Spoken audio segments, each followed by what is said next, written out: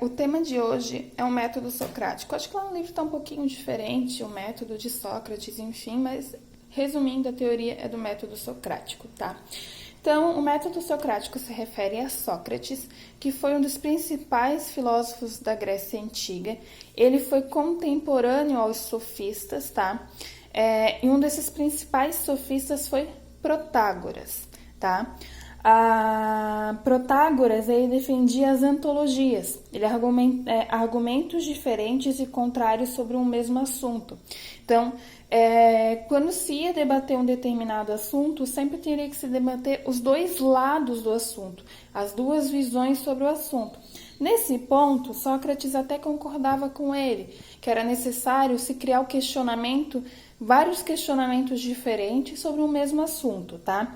Os sofistas, eles não acreditavam em um critério absoluto para a verdade ou falsidade. Então, para eles, nada era 100% verdade, nada era 100% falso. Eles sempre ficavam no meio termo.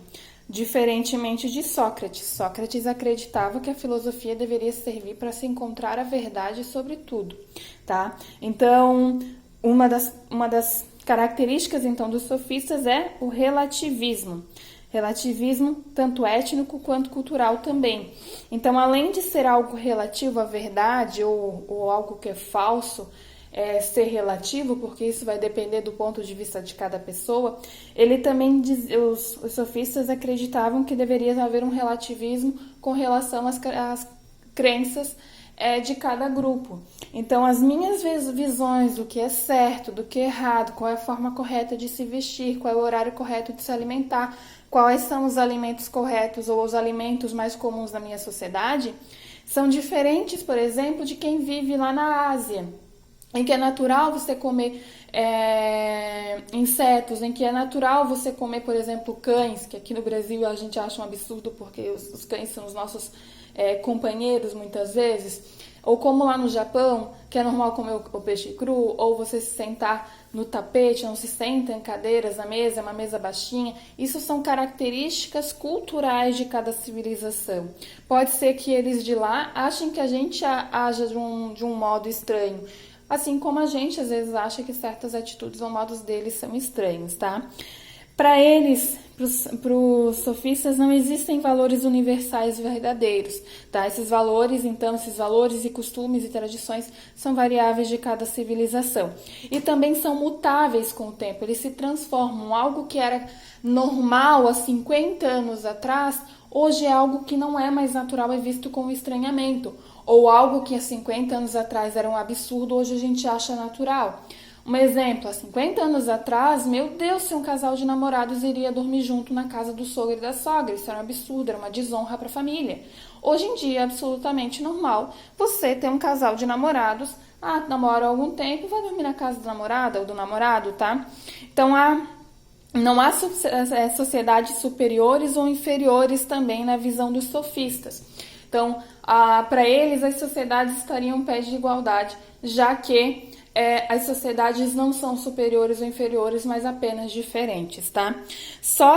Tanto Sócrates quanto os sofistas criticavam a sociedade da Grécia Antiga, porque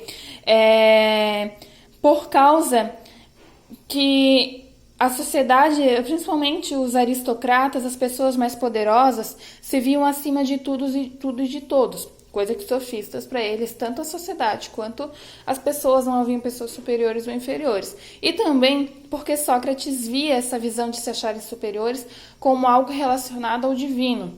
E o Sócrates, ele negava a existência do divino muitas vezes. E porque Sócrates também via um critério racional. Então, quando eu coloco as decisões nas mãos dos deuses, digamos, tal coisa aconteceu porque os deuses queriam, Sócrates, ele critica isso. Não, existe uma razão racional, não é só pelos deuses que algo acontece. Então, ele sempre tinha o exercício da dúvida. Então, fazer questionamentos era necessário para conquistar o conhecimento, e um conhecimento acessível a todos, porque quanto mais eu questiono, quanto mais hipóteses eu crio e soluciono esses questionamentos, eu encontro explicações mais simples sobre um determinado assunto, um determinado tema. Isso torna esse conhecimento mais acessível a todos, tá? Sócrates, ele projeta o ser humano no centro das atenções e não só a natureza. Aqui nos sofistas, eles já têm uma visão de sociedade, de ser humano, mas eles ainda estão muito atrelados à relação do ser humano com a natureza. Aqui Sócrates não, ele já coloca o ser humano no centro das atenções, tá? O Sócrates, ele defendia que os valores morais, racionais, fundamentados no conhecimento e na natureza humana. Então, os valores morais de uma sociedade, eles deveriam ser baseados no conhecimento da natureza do ser humano. O que seria essa natureza do ser humano? Não só os instintos, mas aquilo que para o ser humano é natural, tá? Ele criticava os sofistas, pois para Sócrates a filosofia devia buscar a verdade. Então, como os sofistas não existia verdade ou mentira absoluta, ele dizia, não, a gente tem que trabalhar, porque a filosofia tem que encontrar a verdade das coisas, tá? Então, Sócrates, ele cria o método socrático ou método dialético do diálogo. Então, ele vai geralmente fazer debates com outras pessoas, vão se reunir. Ele defendia muito o uso da oratória, o poder de falar, né, de convencimento das pessoas por meio da fala. Então, ele jogava um tema. Digamos, eu dou um tema para vocês. Vocês estudam tudo sobre aquele tema. Vocês criam também algumas teorias sobre esse tema de vocês.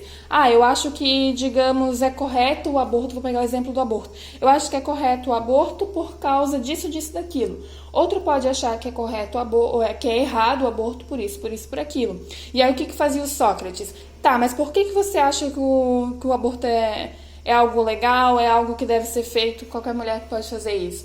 Tá, e você vai me responder. Diante dessa resposta, eu faço um novo questionamento, para fazer você também se questionar se aquilo que você acredita realmente é o correto sobre aquilo.